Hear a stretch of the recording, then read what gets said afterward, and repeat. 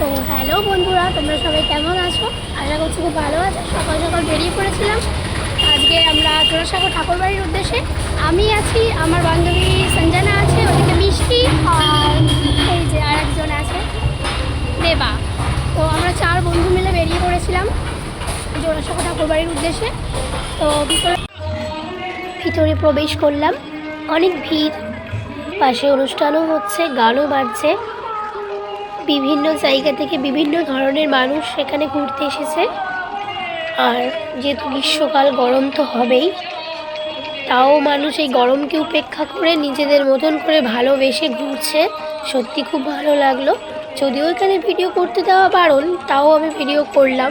তো আগের দিন যেহেতু পোস্ট করতে পারিনি ভিডিওটা আমার শরীর খারাপ থাকার কারণে, তবুও আমার গলার ভয়েস শুনে বুঝতেই পারবে আমার শরীরটা ভীষণ খারাপ।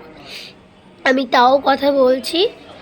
আগের দিন তো তবুও আমি কথা বলতে পারছিলাম না, সে যাই হোক। তো ভীষণ ভালো লেগেছে গিয়ে। আমি তো শান্তিনিকেতনে গিয়েওছি 2বার। তো এখানে এই প্রথমবার গেলাম জোড়াসাঁকো ঠাকুরবাড়ি। আমাদের রবীন্দ্রনাথ ঠাকুর, আমাদের বিশ্বকবি রবীন্দ্রনাথ ঠাকুরের জন্মদিন উপলক্ষে সত্যি খুব ভালো লাগলো। যতবারই ভিডিও করার কথা বলছি, পাশে থেকে সবাই বলছে ভিডিও করা বারণ, ভিডিও করা বারণ, তবুও কেউ যদিও শুনছে না। অনেকে ভিডিও করেছে দেখেছি আমি, ওখানে বলা ছিল যে এই সময় ভিডিও করতে দেয়। এত সুন্দর জায়গা না, ভিডিও করে সত্যিই থাকা যায় না। তো তবুও ক্ষমা ঘেন্না করে মার্জনা করে দিও, আমি ভিডিও বানিয়েছি তার জন্য সত্যি খুব দুঃখিত।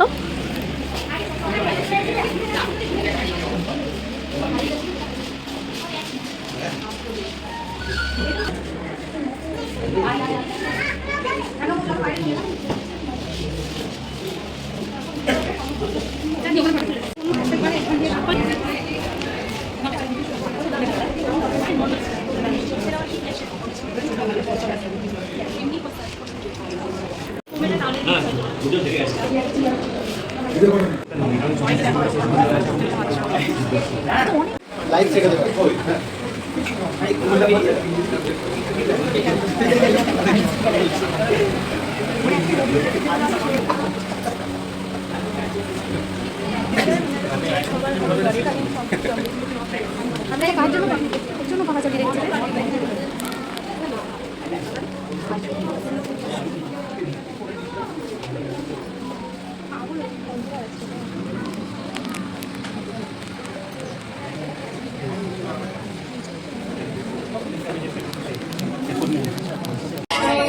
আসন্ন অরণ্য গাথা নব সূর্যোদয়ে আসে, রয়েছে স্তম্ভিত পিঙ্গল আভায় দীপ্ত জটা বিলম্বিত অরুণ সন্ন্যাসী করজোড়ে আছে স্থির আলোক প্রত্যাশী।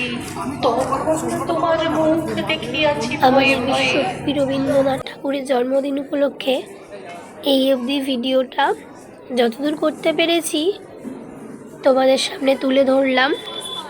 ভিডিওটা কেমন হয়েছে অবশ্যই কমেন্ট করে জানিও। লাইক, কমেন্ট, সাবস্ক্রাইব করে দিও।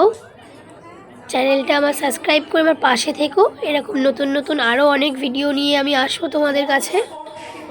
যদি কোনো কিছু ভুল করে থাকি তার জন্য আবারও সরি বলছি, ক্ষমা ঘেন্না করে মাফ করে